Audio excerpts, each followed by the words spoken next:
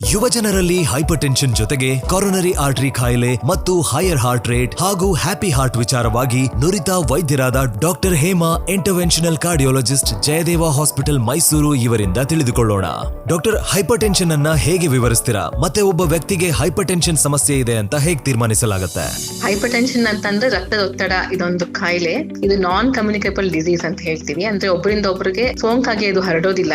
ಆದ್ರೆ BP ಯಾವಾಗ ನಾವು ಹೇಳ್ತೀವಿ ಒಬ್ರಿಗೆ ಅಂತ ಅಂದ್ರೆ 140/90 ಈ ರೀತಿ ಅಟ್ ಲೀಸ್ಟ್ 2 ರೆಕಾರ್ಡಿಂಗ್ ಇಷ್ಟಕ್ಕಿಂತ ಮೇಲ್ಪಟ್ರೆ ಹೈಪರ್ ಟೆನ್ಷನ್ ಇದೆ ಅಥವಾ ರಕ್ತದೊತ್ತಡ ಇದೆ ಅಂತ ನಾವು ಹೇಳ್ತೀವಿ. ಡಾಕ್ಟರ್, ಹೈ ಬ್ಲಡ್ ಪ್ರೆಷರ್ ಅನ್ನ ಕಂಪ್ಲೀಟ್ಲಿ ಕ್ಯೂರ್ ಮಾಡಬಹುದಾ?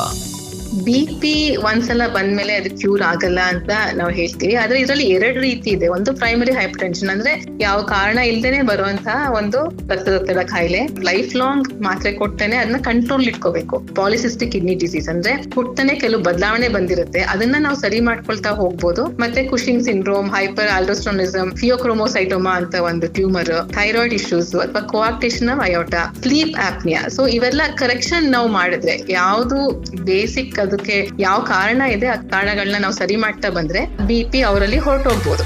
ಡಾಕ್ಟರ್, ಯುವ ಜನರಲ್ಲಿ ಒಂದು ರಕ್ತದೊತ್ತಡ ಮತ್ತೆ ಹೃದಯಾಘಾತ ಜಾಸ್ತಿ ಆಗಿದೆಯಾ? ಹೌದು ಅಂತಾದ್ರೆ ಇದಕ್ಕೆ ಮೇನ್ ರೀಸನ್ ಏನು ಡಾಕ್ಟರ್? ಹೆಚ್ಚಿನ ಕಾರಣಗಳು ಏನಂತಂದ್ರೆ ಕೆಲವೊಂದು ಇನ್ಫ್ಲಮೇಷನ್ ಅಂತ ಇರ್ಬೋದು. ಕೆಲವು ರಿಸರ್ಚ್ ಇಂದ ಗೊತ್ತಾಗ್ತಾ ಇದೆ ಕೋವಿಡ್ ಅನ್ನೇ ತುಂಬಾ ಹಾರ್ಟ್ ಅಟ್ಯಾಕ್ ಗಳಿಗೆ ಕಾರಣ ಆಗ್ತಾ ಇದೆ. ತುಂಬಾ ಜನಕ್ಕೆ ಈ ಸೈಕಲಾಜಿಕಲ್ ಸ್ಟ್ರೆಸ್ ನ ತಡ್ಕೊಳ್ಳೋಷ್ಟು ಶಕ್ತಿ ಇಲ್ಲ. ನಮ್ಮ ಆಹಾರ ಪದ್ಧತಿಗಳು ಬಹಳಷ್ಟು ಬದಲಾವಣೆ ಆಗಿದೆ. ಸೊ ಚಿಕ್ಕ ವಯಸ್ಸಲ್ಲಿ ನಾವು ಎಷ್ಟು ಹಣ್ಣು ತರಕಾರಿಗಳನ್ನ ನಾವು ತಿಂತಾ ಇದ್ವಿ, ಈಗಿನ ಜನರೇಷನ್ ತಗೊಳ್ತಾ ಇಲ್ಲ. ಸ್ಟಡೀಸ್ ತೋರಿಸಿದೆ, ಹಣ್ಣು ತರಕಾರಿಗಳನ್ನ ತಿನ್ನದೇ ಇರುವಂತಹ ಜನರಿಗೆ BP ಆಗ್ಲಿ ಮತ್ತೆ ಹಾರ್ಟ್ ತೊಂದರೆಗಳು ಜಾಸ್ತಿ ಆಗ್ತಾ ಇದೆ. ಮತ್ತೆ ಪೊಲ್ಯೂಷನ್, ಎನ್ವೈರನ್ಮೆಂಟಲ್ ಪೊಲ್ಯೂಷನ್ ತುಂಬಾನೇ ದೊಡ್ಡ ಪ್ರಮಾಣದಲ್ಲಿ ತೊಂದರೆ ಆಗ್ತಾ ಇದೆ. Air pollution that we are dealing with, cigarette smoking, active and passive smoking, ಇಷ್ಟು ಕೂಡ ಹಾರ್ಟ್ ಅಟ್ಯಾಕ್ ಗಳಿಗೆ BP ರೈಸ್ ಆಗೋದಕ್ಕೆ ಕಾರಣ ಆಗ್ತಾ ಇದೆ. ನಿಮ್ಮ ಸಮಯಕ್ಕಾಗಿ ಧನ್ಯವಾದ ಡಾಕ್ಟರ್.